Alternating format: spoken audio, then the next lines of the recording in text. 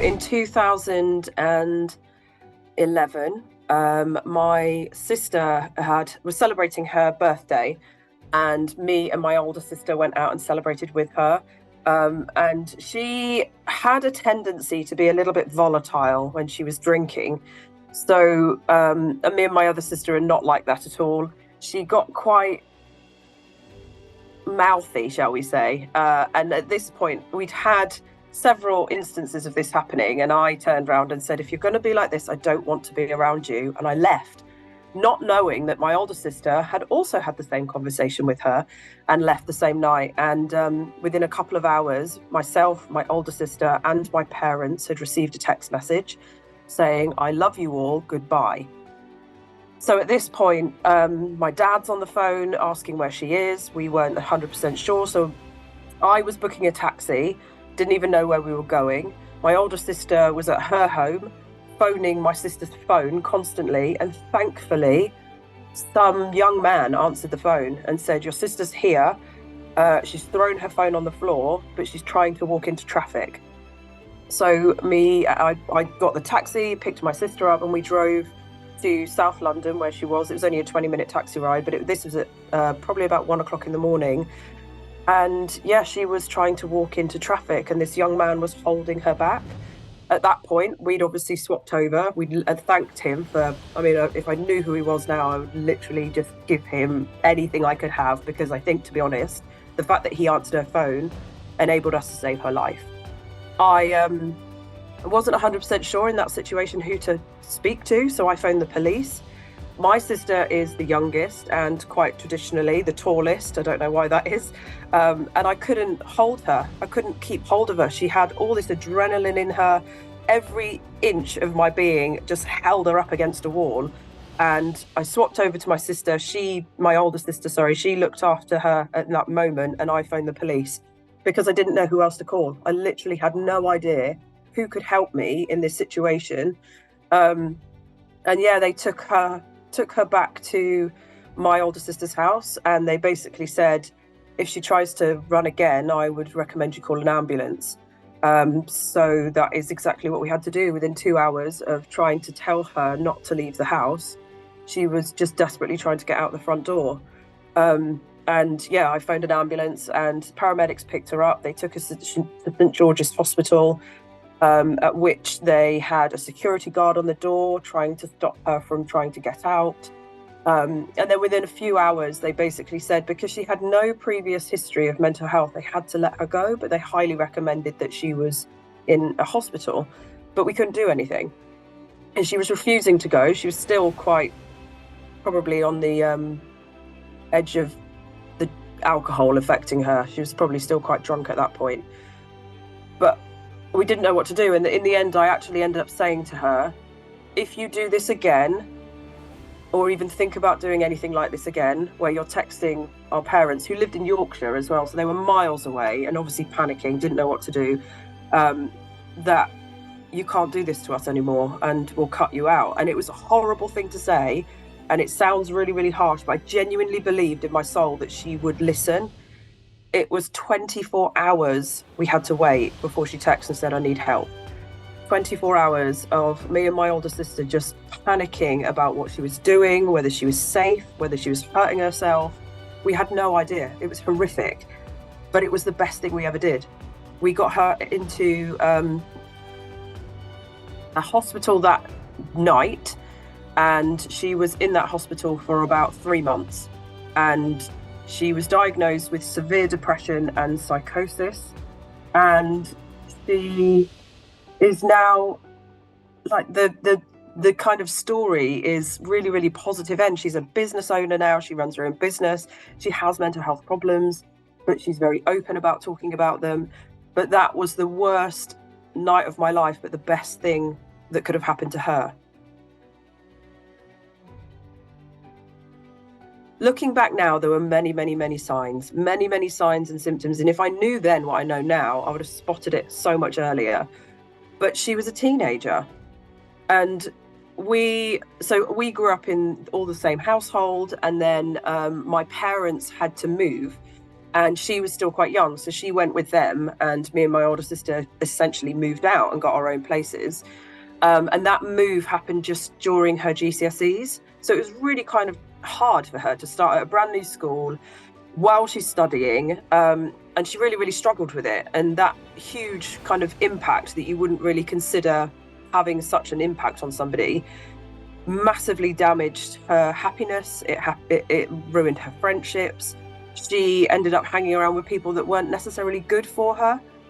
She was quite rebellious during that period of time. We just thought she was an angry teenager. We all said that she was a beautiful child before that. And during that period, we just thought that it was teenage hormones and she was just horrific. And it went on. That kind of personality change didn't really disappear. So when the kind of horrific night happened, she was only in her early 20s. So it wasn't too far from this teenage kind of angst that we just assumed that she was experiencing.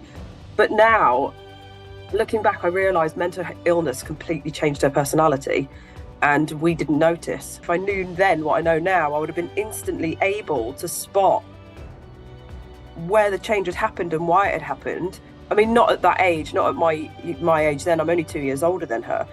But now, as a grown-up with, mental health experience and learning everything I've learned up to this point, which in honesty was because of her, we just didn't know what the difference was. We didn't realise that actually a complete change in her a personality or her attitude to everything was actually linked to mental illness. We had no idea.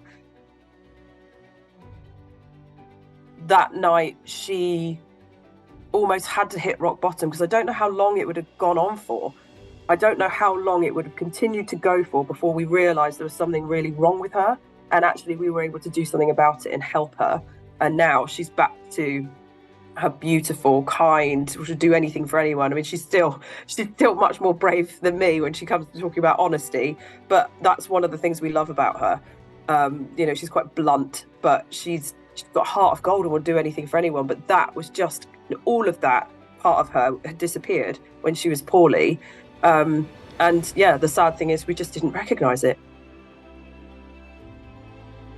I would say a huge impact on me. I think I spent a decade just trying to come to terms with it.